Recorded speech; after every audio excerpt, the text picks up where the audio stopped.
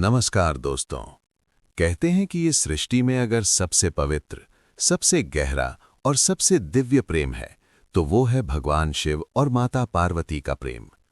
ये सिर्फ एक प्रेम कहानी नहीं है, ये त्याग की कहानी है, तपस्या की कहानी है, इंतजार की कहानी है और सबसे बढ़कर ये सच्चे प्रेम की कहानी है। लेकिन क्या आप जानते हैं कि माता पार्वती को भगवान शिव को पाने के लिए सिर्फ एक जन्म नहीं लेना पड़ा था। उन्हें कई जन्म लेने पड़े, कई बार तपस्या करनी पड़ी, कई बार अपने प्रेम की परीक्षा देनी पड़ी। और आज हम आपको उस कहानी की शुरुआत सुनाने जा रहे हैं, वो जन्म जहां से ये प्रेम कहानी शुरू हुई। उस जन्म में माता पार्वती का नाम था माता सती। और जब आप इस कहानी को सुनेंगे तो आपको समझ आएगा कि सच्चा प्रेम क्या होता है और भक्ति कितनी शक्तिशाली होती है। लेकिन उससे पहले एक बात, अगर ये कहानी अभी आपके सामने आई है, अगर आप इस समय इसे सुन रहे हैं, तो हो सकता है ये सिर्फ एक संयोग नहीं है। क्योंकि कई भक्त मानते हैं कि जब महादेव चाहते हैं तभी उनकी कथा किसी के कानों तक पहुंचती है। हो सकता है महादेव की इच्छा से ही ये कहानी आज आप तक पहुंची हो।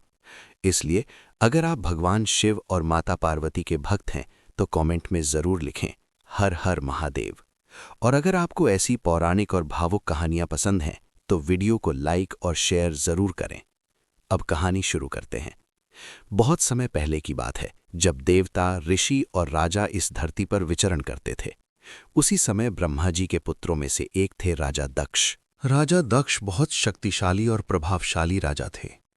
उनके पास अपार धन था, बड़ा राज्य था और देवताओं में भी उनका बहुत सम्मान था। लेकिन एक समस्या थी। राजा दक्ष को अपने पद और शक्ति पर बहुत गर्व था। उनका घमंड इतना बढ़ चुका था कि वो कई बार खुद को दूसरों से श्रेष्ठ समझने लगे थे। लेकिन उसी राजा दक्ष की एक बेटी थी जिसका नाम था सती। सती बचपन से ही बहुत अलग स्वभाव की थी। जहां महल में रहने वाले लोग वैभव और सुख सुविधाओं में खुश रहते थे, वहीं सती का मन इन सब चीजों में नहीं लगता था। उन्हें प्रकृति पसंद थी, उन्हें ध्यान पसंद था, उन्हें भगवान की कथाएं सुनना पसंद था। जब वो छोटी थीं तब अक्सर महल में ऋषि और साधु आया करते थे। वो भगवान शिव की कथाएं सुनाया करते थे। वे बताते थे कि शिव कैलाश पर्वत पर रहते हैं, उनके शरीर पर भस्म लगी रहती है, उनके गले में सर्प होता है और वे संसार के मोह माया से दूर रहते हैं। जब भी सती ये सब सुनती तो उनके मन में एक अजीब सी शांति महसूस होती। ऐसा लगता जैसे उनका मन उसी दिशा में खिंचता जा रहा हो। धीरे धीरे समय बीतता गया, सती बड़ी होती गईं, लेकिन उनके मन में भगवान शिव के प्रति जो श्रद्धा और आकर्षण था वो और भी गहरा होता गया। एक दिन उन्होंने अपनी सहेलियों से कहा, मुझे नहीं पता क्यों, लेकिन मेरे मन में हमेशा यही भावना आती है कि मेरा जीवन भगवान शिव से जुड़ा हुआ है। उनकी सहेलियां ये सुनकर हंस पड़ीं, क्योंकि उनके लिए ये सिर्फ एक कल्पना थी। लेकिन सती के लिए ये कोई कल्पना नहीं थी, ये उनके हृदय की सच्चाई थी। धीरे धीरे सती भगवान शिव का ध्यान करने लगी। वो अपने कक्ष में बैठकर घंटों शिव का नाम जपती थीं। कभी कभी वो आंखें बंद करके बस शिव का ध्यान करती रहतीं। उन्हें लगता जैसे उनकी आत्मा शिव से जुड़ी हुई है। लेकिन जब ये बात राजा दक्ष को पता चली तो वो बहुत क्रोधित हो गए। दक्ष को भगवान शिव बिल्कुल पसंद नहीं थे। उनके मन में शिव के लिए सम्मान नहीं बल्कि तिरस्कार था। वो कहते थे, एक राजकुमारी का विवाह किसी महान राजा से होना चाहिए, किसी ऐसे योगी से नहीं जो जंगलों में रहता हो। लेकिन सती का प्रेम सच्चा था। उन्होंने तय कर लिया कि चाहे कितनी भी कठिनाई क्यों ना आए, वो भगवान शिव को ही अपना पति बनाएंगी। इसके बाद सती ने एक ऐसा निर्णय लिया जिसने पूरे ब्रह्मांड को चौंका दिया। उन्होंने कठोर तपस्या करने का निर्णय लिया। वो महल छोड़कर जंगल में चली गईं। वहां उन्होंने भगवान शिव का ध्यान करना शुरू किया। दिन बीतते गए, महीने बीतते गए। कई बार उन्होंने कई दिनों तक भोजन नहीं किया। वो सिर्फ शिव का नाम जपती रहीं। उनकी तपस्या इतनी कठिन थी कि देवता भी आश्चर्य में पड़ गए। आखिरकार एक दिन उनकी तपस्या से प्रसन्न होकर भगवान शिव उनके सामने प्रकट हुए। जब सती ने भगवान शिव को देखा तो उनकी आंखों में खुशी के आंसू आ गए। भगवान शिव ने मुस्कुराकर कहा, सती, तुम्हारी भक्ति सच्ची है। तुम्हारी तपस्या ने मुझे प्रसन्न कर दिया है। मैं तुम्हें अपनी पत्नी के रूप में स्वीकार करता हूं। ये सुनकर सती की खुशी का ठिकाना नहीं रहा। इसके बाद भगवान शिव और माता सती का विवाह हुआ। ये विवाह साधारण नहीं था। देवता, ऋषि और पूरे ब्रह्मांड ने इस दिव्य विवाह को देखा। लेकिन राजा दक्ष के मन में क्रोध और घमंड अभी भी था। समय बीतता गया। एक दिन राजा दक्ष ने एक बहुत बड़ा यज्ञ करने का निर्णय लिया। उन्होंने पूरे ब्रह्मांड के देवताओं को निमंत्रण भेजा, लेकिन जानबूझकर भगवान शिव और माता सती को निमंत्रण नहीं भेजा। जब सती को ये पता चला तो उनके मन में अपने पिता से मिलने की इच्छा हुई। उन्होंने शिव से कहा, प्रभु, मैं अपने पिता के घर जाना चाहती हूं।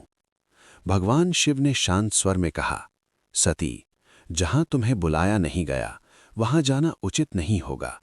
लेकिन सती का मन मानने को तैयार नहीं था। उन्होंने सोचा कि आखिर वो अपने पिता के घर ही तो जा रही हैं। इसलिए वो अकेले ही यज्ञ में चली गईं। लेकिन जब वो वहां पहुंची तो जो हुआ उसने उनका दिल तोड़ दिया। राजा दक्ष ने सबके सामने भगवान शिव का अपमान किया। उन्होंने शिव के बारे में बहुत बुरे शब्द कहे। सती ये सब सुन नहीं पाई। उनकी आंखों में आंसू आ गए।